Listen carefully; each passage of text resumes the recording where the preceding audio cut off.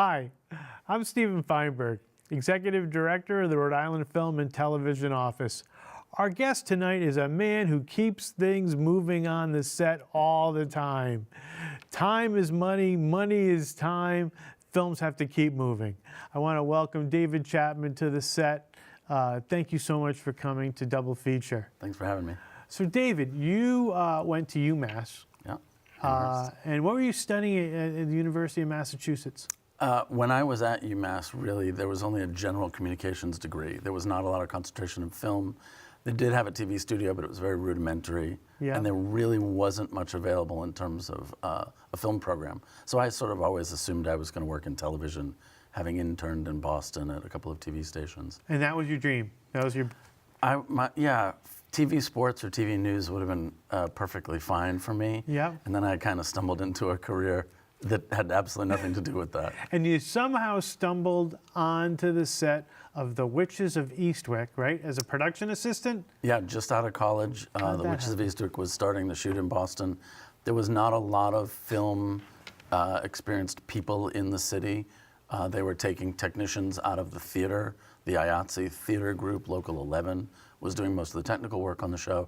And there weren't a lot of young production assistants who were interested or eager or new. And somehow I stumbled into an interview. I remember them interviewing us 6 at a time in a hotel ballroom. And I was one of the 7 or 8 that were chosen.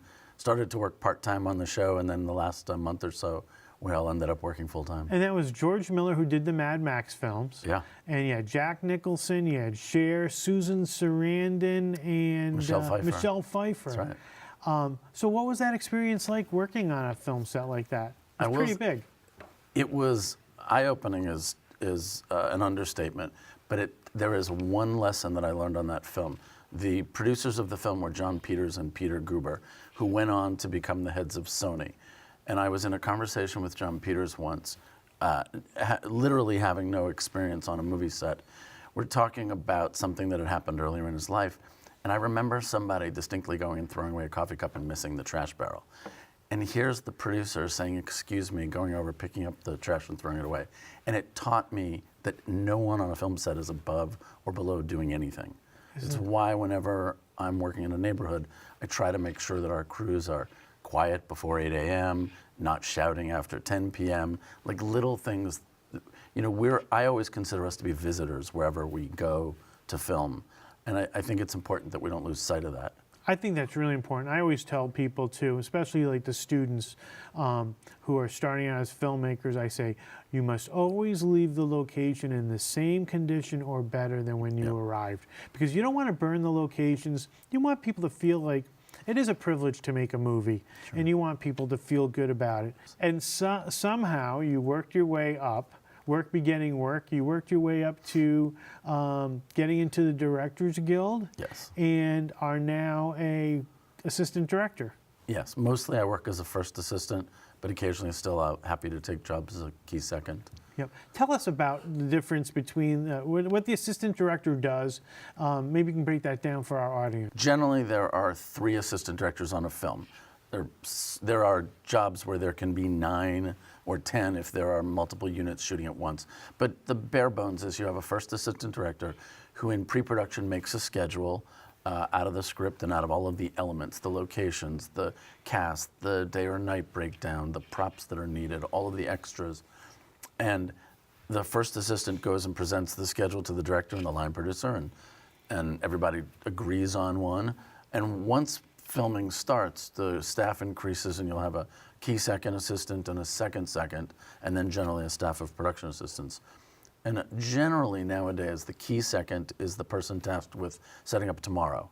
So while the first assistant director and the second are managing today's work and managing the set with their staff, the key second is off making sure that everything is set for tomorrow. If you're shooting in a restaurant today... It's the advanced person. Exactly. If you're in a restaurant today and tomorrow you're at a school and you need police officers for traffic control and all of that, you're making sure that the key second is planning all of that ahead. Yeah.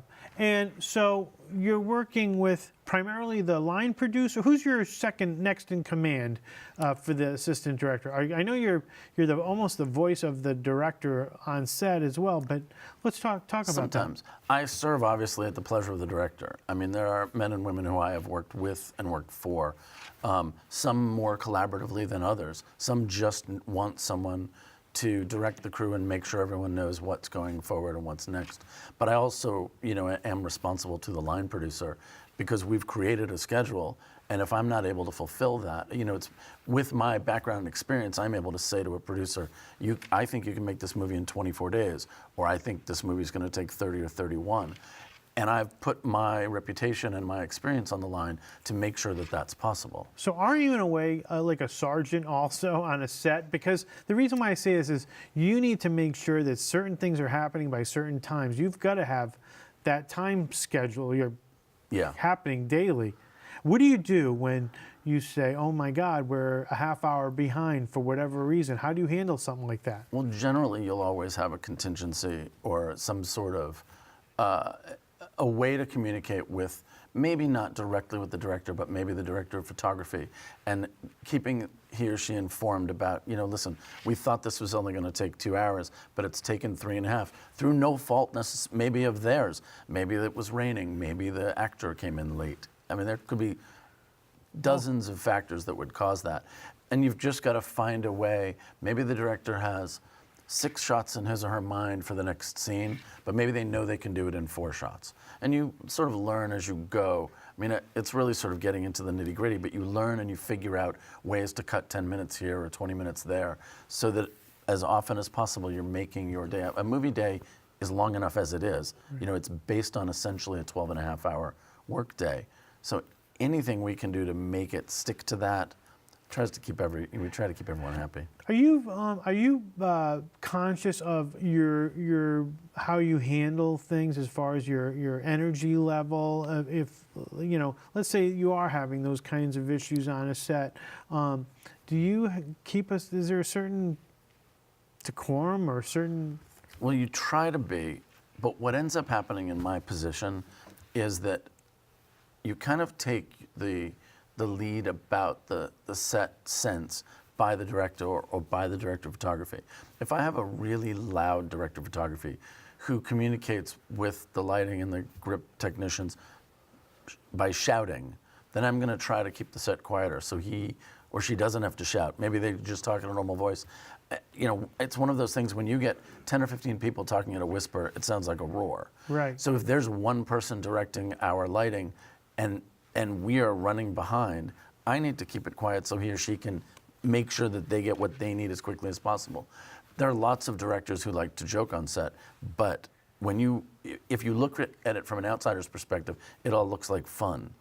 If you really get into working on a film, you understand that even though it looks like there are 20 people standing around watching 3 people hang a light, it's not really what's happening.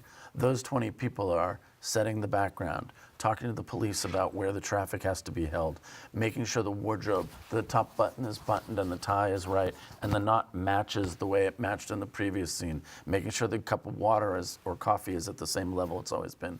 So even though it looks like there are people standing around, almost every single one of them has a function. Right, and that's what your job is to make sure that what's happening outside the camera lens is happening? Yeah, I mean, I work in conjunction with all the department heads. So the location manager and the production designer and the art director and the costume designer and the makeup and wardrobe, the makeup and hair department, they all need to know what's happening, not just tomorrow, but an hour from now. Right. So, I mean, I always give the example, somebody asks, how do you describe your job? Well, I plan and schedule things, but I don't do it in a vacuum. I do it along with an entire group of people. If there's a fight in a movie in scene 10 and a guy gets a black eye, how far do we have to carry the black eye? Well, the makeup department head has a conversation with me and the director and says, I'm going to carry it for 3 story days. I mean, these are the things that everyone has to know. Yeah. What advice do you have for some young filmmakers who are interested in the business?